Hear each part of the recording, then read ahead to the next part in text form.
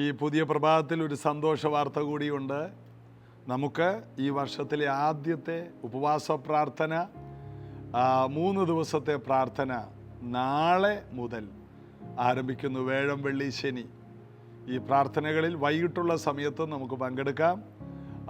പ്രഭാതത്തിൽ ചർച്ചിൽ 10:30 കടന്നു വന്ന് നേരിട്ടും അതിൽ പങ്കെടുക്കാം. ഉപവാസവും പ്രാർത്ഥന, യേശുവിനോട് നമ്മൾ ചേർന്നിരിക്കുന്നു. ഭക്ഷണം വെടിയുന്നതല്ല ഉപവാസം, യേശുവിൻ്റെ കൂടെ ഇരിക്കുന്നതാണ് ഉപവാസം. ചിലർ പറയും ഞങ്ങൾ ഫാസ്റ്റിംഗ് ആണ്, ചർച്ചിലോട്ട് വരുന്നില്ല, 100 ആവശ്യങ്ങളും തിരക്കുകളാണ് ബ്രദറെ. അത് യേശുവിൻ്റെ കൂടെയല്ല. യേശുവിൻ്റെ കൂടെ എന്ന് പറഞ്ഞാൽ ഒന്നുകിൽ നിങ്ങൾ വീട്ടിലാണെങ്കിൽ ബൈബിളുമായിട്ടിരിക്കണം, അല്ലെങ്കിൽ ചർച്ചിൽ വന്ന് നമുക്ക് കൂട്ടായ്മ വേണം. കൂട്ടായ്മയില്ലെങ്കിൽ ഉപവാസം പ്രയോജനം ഉണ്ടാകത്തില്ല. യേശുവിൻ്റെ കൂടെ ഇരിക്കുന്നതാണ് ഉപവാസം. ദൈവത്തോടു കൂടെ ഇരിക്കുക. യേശു പിതാവിൻ്റെ കൂടെ ഇരുന്നു, മോശ ദൈവത്തോടു കൂടെ ഇരുന്നു, അപ്പോസ്തലന്മാർ ആരാധിച്ചു ഉപവസിച്ചു കൊണ്ടിരുന്നു. അങ്ങനെ ഒരു ഫെലോഷിപ്പ് ഇല്ലെങ്കിൽ ഉപവാസ പ്രാർത്ഥനകൾ നമുക്ക് പ്രയോജനം ചെയ്യില്ല.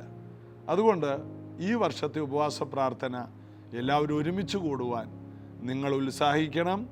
ഈ വർഷം കർത്താവിൻ്റെ സന്നിധിയിൽ ഇരിക്കണം. ഉപവാസത്തിൽ ഇരിക്കുന്നവർ ശക്തിപ്പെടും. മറിയ നല്ല അംശം തിരഞ്ഞെടുത്തതുപോലെ നമുക്ക് ഈ വർഷം ചെയ്യാവുന്ന ഏറ്റവും വലിയ അനുഗ്രഹമാണ് കൃപകളും വരങ്ങളും പ്രാപിക്കുന്ന ഉപവാസവും പ്രാർത്ഥനയും. നമ്മുടെ ജീവിതത്തെ വളരെയധികം ശക്തിയുള്ളവരാക്കി മാറ്റും. നമുക്കറിയാവുന്ന, നമ്മളറിയുന്ന എല്ലാ അഭിഷിക്തന്മാരും ഉപവസിച്ച് പ്രാർത്ഥിക്കുന്നവരാണ്. അങ്ങനെ കർത്താവിൻ്റെ കൂടെ ഇരുന്നവർ ശക്തിയെ പുതുക്കി കഴുകന്മാരെ പോലെ കുതിച്ചുയർന്നു. ഈ പുതിയ വർഷം ഉള്ള എല്ലാ പ്രാർത്ഥനകളും നമുക്കതുപോലെയാക്കാം. ഇന്ന് നമുക്ക് ഒരുമിച്ച് ചേർന്ന് പാടി യേശുവിനെ ആരാധിക്കാം. യേശു ക്രിസ്തു ഉയർത്തു ജീവിക്കുന്നു, ഇന്ന് എന്നിൽ ജീവിക്കുന്നു. യേശു ക്രിസ്തു ഉയർത്തു ജീവിക്കുന്നു, ഇന്ന് എന്നിൽ ജീവിക്കുന്നു. ഇഹലോകത്തിൽ താൻ ഇനി വേഗം വരും, രാജരാജനായി വാണിടുവാൻ. ഹല്ലേലൂയ, ജയം ഹല്ലേലൂയ, യേശു കർത്താവ് ജീവിക്കുന്നു. ഹല്ലേലൂയ, ജയം ഹല്ലേലൂയ, യേശു കർത്താവ് ജീവിക്കുന്നു. യേശു ക്രിസ്തു ഉയർത്തു ജീവിക്കുന്നു, ഇന്ന് എന്നിൽ ജീവിക്കുന്നു. യേശു ക്രിസ്തു ഉയർത്തു ജീവിക്കുന്നു, ഇന്ന് എന്നിൽ ജീവിക്കുന്നു. ഇഹലോകത്തിൽ താൻ ഇനി വേഗം വരും, രാജരാജനായി വാണിടുവാൻ. ഹല്ലേലൂയ, ജയം ഹല്ലേലൂയ, യേശു കർത്താവ് ജീവിക്കുന്നു. ഹല്ലേലൂയ, ജയം ഹല്ലേലൂയ, യേശു കർത്താവ് ജീവിക്കുന്നു. എന്നേശു ജീവിക്കുന്നായതിനാൽ ഞാനും എന്നേക്കും ജീവിക്കാം. എന്നേശു ജീവിക്കുന്നായതിനാൽ ഞാനും എന്നേക്കും ജീവിക്കാം. ഇനി തന്നെ പിരിഞ്ഞൊരു ജീവിതമിൽ എനിക്കെല്ലാം എന്നേശു അത്രേ. ഹല്ലേലൂയ, ജയം ഹല്ലേലൂയ, യേശു കർത്താവ് ജീവിക്കുന്നു. ഹല്ലേലൂയ, ജയം ഹല്ലേലൂയ, യേശു കർത്താവ് ജീവിക്കുന്നു. കൊല്ലുന്ന മരണത്തിൻ ഘോരതര വിഷഫലു തകർന്നതാകയാൽ. കൊല്ലുന്ന മരണത്തിൻ ഘോരതര വിഷഫലു തകർന്നതാകയാൽ. ഇനി തെല്ലും ഭയമില്ല, മൃത്യുവിനെ ഞങ്ങൾ വെല്ലുവിളിക്കുകയാൽ. ഹല്ലേലൂയ, ജയം ഹല്ലേലൂയ, യേശു കർത്താവ് ജീവിക്കുന്നു. ഹല്ലേലൂയ, ജയം ഹല്ലേലൂയ, യേശു കർത്താവ് ജീവിക്കുന്നു. ഹല്ലേലൂയ, ജയം ഹല്ലേലൂയ, യേശു കർത്താവ് ജീവിക്കുന്നു. ഹല്ലേലൂയ, ജയം ഹല്ലേലൂയ, യേശു കർത്താവ് ജീവിക്കുന്നു.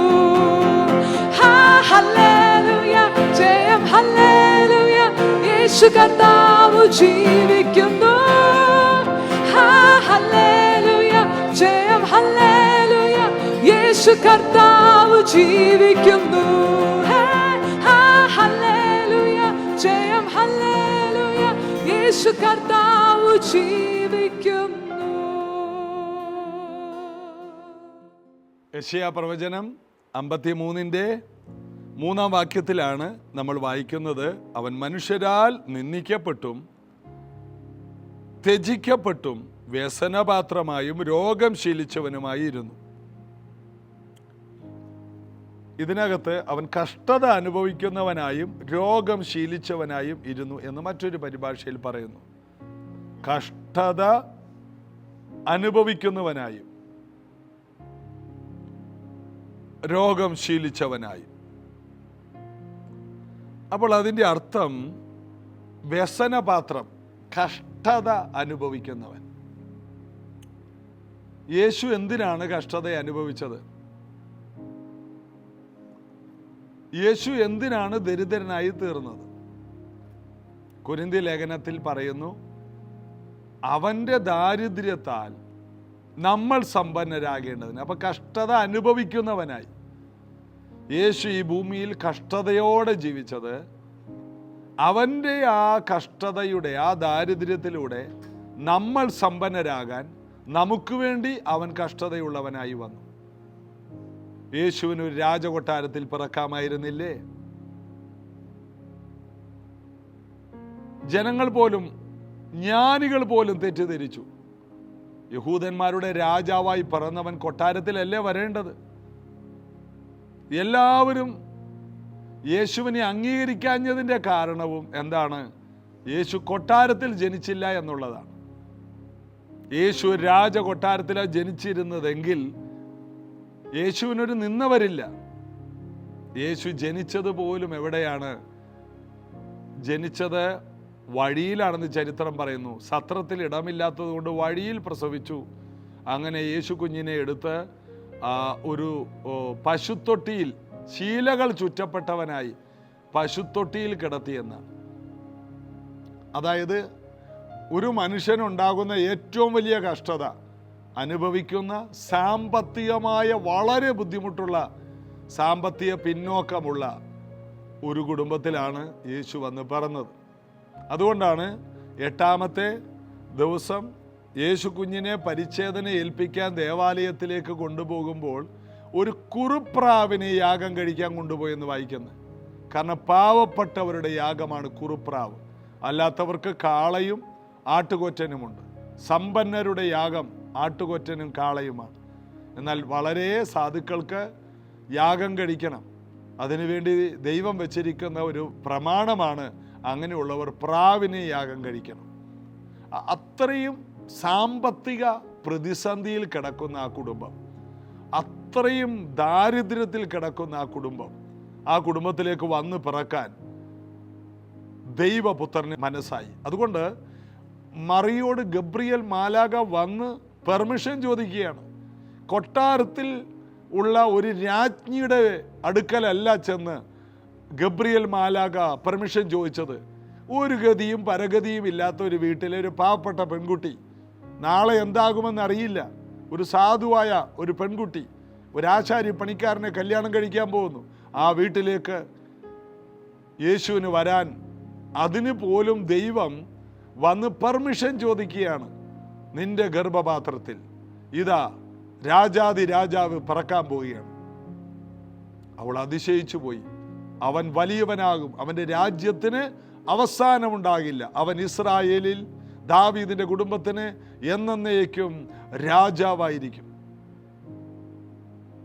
എന്നേക്കും രാജാവായി, ഒരിക്കലും രാജത്വം അവസാനിക്കാത്ത, ചെങ്കോലെന്നും ഉയർന്നിരിക്കുന്ന, നീതിയോടെ വാഴുന്ന രാജാവ് ഇതാ ഒരു ഗതിയും പരഗതിയും ഇല്ലാത്തൊരു വീട്ടിലെ പെങ്കൊച്ച്, ആ പെങ്കൊച്ചിൻ്റെ ഉദരം വരെയും പെർമിഷൻ ചോദിക്കുകയാണ്, എനിക്ക് തരുമോ? അതിനൊരു ദൂതനെ ഗബ്രിയേൽ മാലാഖയെ അയച്ചിരിക്കുന്നു. അതാണ് ദൈവം അനുവാദം ചോദിച്ചിട്ടേ നമ്മുടെ ഹൃദയം സ്വന്തമാക്കും. അതുകൊണ്ടാണ് വെളിപ്പാട് 3:20 പറയുന്നത്, ഞാൻ വാതിക്കൽ നിന്ന് മുട്ടുന്നു, ആരെങ്കിലും എൻ്റെ ശബ്ദം കേട്ട് വാതിൽ തുറന്നാൽ ഞാൻ അകത്ത് വന്ന് ഞാൻ അവനോടും അവൻ എന്നോട് കൂടെ അത്താഴം കഴിക്കും. പെർമിഷൻ ഇല്ലാതെ ഒരിക്കലും ഒന്നും കർത്താവ് നമ്മെ അടിച്ചേൽപ്പിക്കില്ല. അടിച്ചേൽപ്പിക്കൽ എന്നുള്ളത് ദൈവവചനത്തിൽ ആരും ഹൃദയം കൊണ്ട് വിശ്വസിച്ച് വാഗൊണ്ട് ഏറ്റു പറഞ്ഞാൽ മാത്രമേ നമുക്ക് ദൈവമക്കളാകാൻ കഴിയൂ. ഇത് അടിച്ചേൽപ്പിക്കുന്ന ഒരു മാർഗമല്ല ക്രിസ്തീയ ജീവിതം. ഇത് നിർബന്ധമല്ല. പൂർണ്ണ ഹൃദയത്തോടെയാണെങ്കിൽ മതി. ഷണ്ണൻ ഫിലിപ്പോസിനോട് പറഞ്ഞു, ഇതാ വെള്ളം, സ്നാനം ഏൽക്കാൻ എന്തു വിരോധം. രാജ്ഞിയുടെ മന്ത്രിയാണെന്നുള്ളത് ഫിലിപ്പോസിന് വിഷയമല്ല. ഫിലിപ്പോസ് ഒരു വാക്ക് പറഞ്ഞു, നീ പൂർണ്ണ ഹൃദയത്തോടെ വിശ്വസിക്കുന്നു എങ്കിൽ നിന്നെ ഞാൻ സ്നാനപ്പെടുത്താം. അങ്ങനെ ഇരുവരും വെള്ളത്തിൽ ഇറങ്ങി. പൂർണ്ണ ഹൃദയത്തോടെ. നിന്റെ ഹൃദയത്തിൽ വേണ്ടെങ്കിൽ വേണ്ട, പോകുന്ന നിനക്കാണ്. നീ പൂർണ്ണ ഹൃദയത്തോടെ ആയിരിക്കണം ഇത് ചെയ്യേണ്ടത്. അതുകൊണ്ട് രക്ഷിക്കപ്പെട്ട ഒരു ദൈവ പൈതൽ ദൈവത്തോടുള്ള ബന്ധം സൂക്ഷിക്കേണ്ടത് പൂർണ്ണ ഹൃദയത്തോടെയാണ്.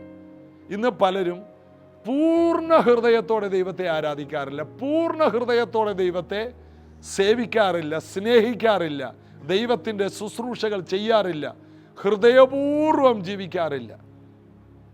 നീ പൂർണ്ണ ഹൃദയത്തോടെയാണെങ്കിൽ അതുകൊണ്ട് നിനക്ക് പ്രയോജനമുണ്ട്. അല്ലാതെ സ്നാനപ്പെട്ടിട്ടും കാര്യമില്ല. പൂർണ്ണ ഹൃദയത്തോടെ അല്ലെങ്കിൽ പ്രാർത്ഥനയ്ക്ക് വന്നിട്ടും കാര്യമില്ല.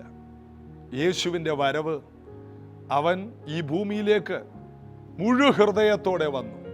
ദരിദ്രനായി ഒരു വീട്ടിൽ വന്ന് പിറക്കാൻ അവൻ തയ്യാറായി. സാമ്പത്തിക തകർച്ചയിലേക്ക് യേശു വന്ന് പറന്നു. എന്തിനാ? അവൻ്റെ ദാരിദ്ര്യത്താൽ നമ്മൾ സമ്പന്നരാകേണ്ടതിന് നമ്മൾ നിമിത്തം യേശു ദരിദ്രനായി ഈ ഭൂമിയിലേക്ക് പിറന്നു. ഈ ഭൂമിയിൽ മനുഷ്യർ ജനിച്ചു കഴിയുമ്പോൾ, അയ്യോ ഞാൻ ഇങ്ങനത്തെ ഒരു വീട്ടിലാണല്ലോ ജനിച്ചതെന്ന് അറിയുമ്പോഴേക്കും വയസ്സ് 5-10 ആകും. 5-6 വയസ്സിലൊന്നും മനസ്സിലാവില്ല. ഒരു 10 വയസ്സൊക്കെ കഴിയുമ്പോൾ മറ്റുള്ള വീടും നമ്മുടെ വീടും ഒക്കെ തമ്മിലൊന്ന് മാറി മാറി നോക്കുമ്പോഴാണ്, സ്കൂളിൽ പോയി കൂട്ടുകാരൊക്കെ നല്ല ഉടുപ്പ് നല്ല യൂണിഫോം ഇട്ടുകൊണ്ട് വരുന്നു, ബാക്കിയുള്ളവരുടെ മുമ്പിൽ തരം തിരിഞ്ഞ് മനസ്സിലാക്കുന്ന പ്രായമാകുമ്പോഴാണ് അയ്യോ ഞാൻ ദരിദ്രനാണെന്ന് മനസ്സിലാകുന്നത്. എന്നാൽ യേശുവിൻ്റെ പ്രത്യേകത, ഏത് വീട്ടിൽ പിറക്കണമെന്ന് തനിക്ക് തീരുമാനിക്കാം. നമുക്കങ്ങനെ തീരുമാനിക്കാൻ കഴിയില്ലായിരുന്നു. യേശു അങ്ങനെ തീരുമാനിച്ചു, ഞാൻ പിറക്കുകയാണെങ്കിൽ ഒരു ദരിദ്ര ഭവനത്തിൽ വന്ന് പിറക്കും. ഞാൻ അങ്ങനെ ഒരു വീടിനെ സെലക്ട് ചെയ്യുകയാണ്. ദാവീദിന്റെ കുടുംബത്തിൽ ഏറ്റവും പരമദരിദ്രനായ ജോസഫിനെ മകൻ എന്ന പേരിൽ ഞാൻ അങ്ങോട്ട് പിറക്കാൻ പോവുകയാണ്. ജനിക്കാനും മരിക്കാനും ഉയർക്കാനും അധികാരമുള്ളവൻ അവനത്രേ വചനം യേശു ക്രിസ്തു. എത്ര പേര് അതിന് ആമേൻ പറയും? ജനിക്കാനും മരിക്കാനും ഉയർക്കാനും സ്വന്തമായി തീരുമാനമെടുക്കാൻ കഴിവുള്ളവനാണ് നമുക്ക് വേണ്ടി ഈ ഭൂമിയിൽ വന്നതും ജനിച്ചതും ജീവിച്ചതും മരിച്ചതും അടക്കപ്പെട്ടതും ഉയർത്തെഴുന്നേറ്റതും. അതുകൊണ്ടാണ് ദാവീദിന്റെ സന്തതിയായി ജനിച്ച് മരിച്ച് ഉയർത്തെഴുന്നേറ്റ യേശു ക്രിസ്തുവിൽ വിശ്വസിച്ചു കൊള്ളുക എന്ന് പൗലോസ് പറയുന്നു. എടുത്ത തീരുമാനമാണ്, ദൈവപുത്രൻ എടുത്ത തീരുമാനം. ഫിലിപ്പിയ ലേഖനം 2-ാം അധ്യായത്തിൽ അവിടെ വായിക്കുന്നു, ദൈവത്തോടുള്ള സമത്വം മുറുകെ പിടിക്കാതെ തന്നെത്താൻ താഴ്ത്തി. സമത്വം എന്ന് പറഞ്ഞാൽ സമ്പന്നത, മഹത്വം, നിത്യത, അധികാരം, ശക്തി, എന്തെല്ലാം ദൈവത്തിനുണ്ടോ അത് മുഴുവനും സമത്വം, ദൈവത്തോടുള്ള തുല്യത വേണ്ടെന്ന് വെച്ചു. ഇന്ന് നമ്മുടെയൊക്കെ വിഷയം, ഇന്ന് നമ്മുടെ സ്ഥാനം പോകാൻ നമുക്കിഷ്ടമല്ല. നമ്മുടെ മാന്യത പോകുന്ന, നമ്മുടെ ഇന്നത്തെ ആ പദവി, നമ്മുടെ നിലവാരം താഴോട്ട് പോകുന്ന നമുക്കിഷ്ടമല്ല. എന്നാൽ അതിൻ്റെ താഴോട്ട് ഇറങ്ങി വരാൻ യേശുവിന് മനസ്സായി. ദരിദ്രനാകാൻ, നമ്മെ സമ്പന്നരാക്കാൻ യേശു ദരിദ്രനായി.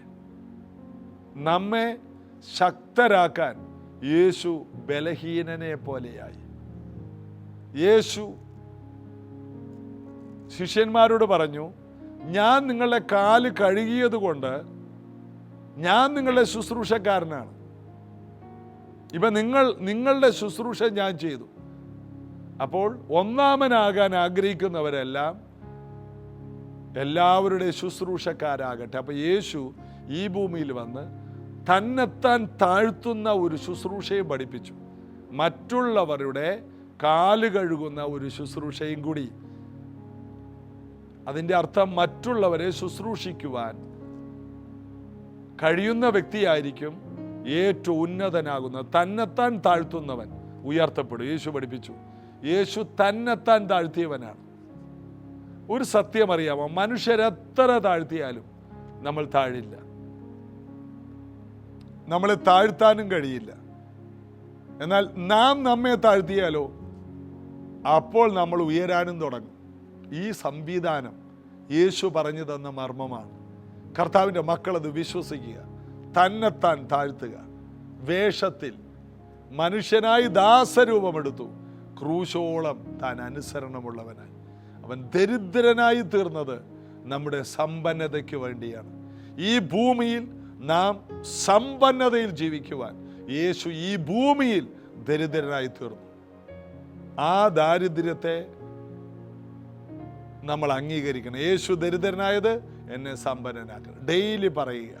അവൻ സമ്പന്നനായിരിക്കാതെ അവൻ ദരിദ്രനായി പറഞ്ഞു, എന്നെ സമ്പന്നനാക്കാൻ. ഞാൻ സമ്പന്നനാണ്. ആത്മാവിൽ സമ്പന്നനാണ്, ക്രിസ്തുവിൽ സമ്പന്നനാണ്. എൻ്റെ ദാരിദ്ര്യം മാറും, എൻ്റെ ഭൗതിക അവസ്ഥകളെല്ലാം മാറും. ഈ വർഷം എൻ്റെ കടം വീടും, എൻ്റെ ജപ്തികൾ അതെല്ലാം മാറിപ്പോകും. ഞാൻ ഭവനം പണിയും, എൻ്റെ കുഞ്ഞുങ്ങൾക്കൊരു ഭാവി ഉണ്ടാക്കും. കാരണം ക്രിസ്തു ഈ ഭൂമിയിലേക്ക് വന്നത് ഈ കാര്യങ്ങളെല്ലാം എനിക്ക് നടത്തിത്തരാനാണ്. ഞാൻ സമ്പന്നതയിലേക്ക് വരും, ഞാൻ സമ്പന്നനാകും, ഞാൻ ദൈവരാജ്യത്തിൽ ചിലവിടും. പലരും ക്രിസ്തുവിൽ സമ്പന്നതയിൽ അനുഭവിക്കുമ്പോൾ ദൈവവേലക്ക് കൊടുക്കാറില്ല. നിങ്ങൾ ഒരു തീരുമാനമെടുക്കണം. കർത്താവേ, നീ എന്നെ അനുഗ്രഹിക്കുമ്പോൾ, നീ എന്നെ സമ്പന്നതയിലേക്ക് നടത്തുമ്പോൾ ദൈവസഭയെ ഞാൻ മറന്നു കളയില്ല. ദൈവവേലക്ക് വേണ്ടി ഞാൻ കൊടുക്കും. അങ്ങനെ കർത്താവിൻ്റെ വേലക്ക് വേണ്ടി കൊടുക്കുവാൻ കുറേ സമ്പന്നരെ കർത്താവിന് വേണം. ഇന്ന് പല സമ്പന്നരും ദൈവരാജ്യത്തിൽ ചിലവാക്കാത്തവരാണ്. എന്നാൽ ദൈവരാജ്യത്തിൽ ചിലവാക്കുന്ന സമ്പന്നർ സഭയിൽ നിന്ന് എഴുന്നേറ്റ് വരണം. ഇന്നത്തെ എല്ലാ ഞെരുക്കവും ദാരിദ്ര്യവും മാറാൻ നിങ്ങൾ ദൈവവേലക്ക് വേണ്ടി കൊടുക്കുക. കൊടുപ്പിൻ, എന്നാൽ നിങ്ങൾക്ക് കിട്ടുമെന്നാണ് ദൈവവചനം പറയുന്നത്. പ്രാർത്ഥിക്കാം. യേശുവിൻ്റെ നാമത്തിൽ ഞങ്ങൾ ഈ വചനത്തെ വിശ്വസിക്കുന്നു. യേശുവേ, അങ്ങ് സാമ്പത്തികമായി തകർന്ന് കിടന്നത്, സമ്പത്തില്ലാത്തവനായി ജീവിച്ചത് ഞങ്ങളെ സമ്പന്നതയിലേക്ക് നയിക്കാനാണെന്നുള്ള വചനത്തെ ഞങ്ങൾ സ്വീകരിക്കുന്നു. ഞങ്ങളുടെ ജീവിതത്തിൽ വന്നിരിക്കുന്ന സാമ്പത്തികമായ ചില പരിമിതികൾ ഇന്ന് ഞങ്ങൾ പൊളിച്ചു കളയുന്നു.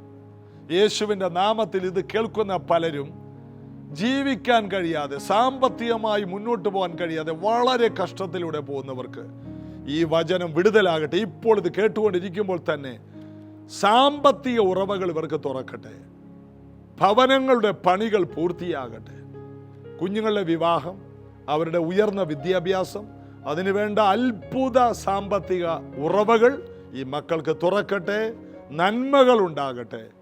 ഭക്ഷണം, വസ്ത്രം, ജീവിത സാഹചര്യങ്ങൾ, യാത്രാ സംവിധാനങ്ങൾ, സാങ്കേതിക സംവിധാനങ്ങൾ, എല്ലാ നന്മകളാലും ഈ മക്കൾ അനുഗ്രഹിക്കപ്പെടുകയും അനുഗ്രഹിക്കപ്പെടുമ്പോൾ കർത്താവിനെ മറന്നു കളയാത്തവരായി ദൈവവേലയിൽ ചിലവിടുന്നവരും ദൈവരാജ്യത്തിന് വേണ്ടി നിൽക്കുന്നവരുമായി ഈ മക്കൾ തീരട്ടെ.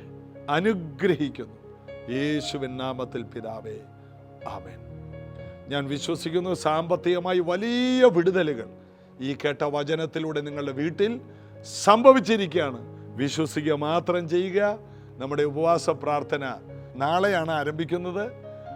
നാളെ രാവിലെ മുതലുള്ള ഉപവാസ പ്രാർത്ഥനയിൽ 3 ദിവസം വ്യാഴം, വെള്ളി, ശനി ഈ ദിവസങ്ങളിലെ പ്രാർത്ഥനയിൽ ദൈവമക്കൾ എല്ലാവരും തന്നെ ഈ വർഷത്തിലെ ആ പ്രാർത്ഥനയിൽ പങ്കെടുക്കണം.